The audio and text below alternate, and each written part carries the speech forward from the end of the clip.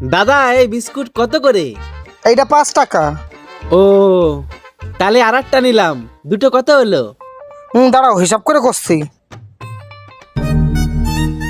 এই 5 এই 5 এনি যদি যোগ করি হয়ে গেল 5 5 55 টাকা দাদা। না তাই আমি একটাই নেবো, একটা থাক। কত হলো? ও আচ্ছা দাঁড়াও হিসাব করে নি। -5 তাইলে হয়ে গেল 5 0 50।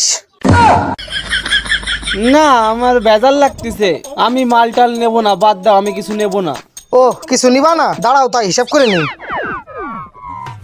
-5 তালি এনি হয়ে গেল আবার সব মিলিয়ে 45।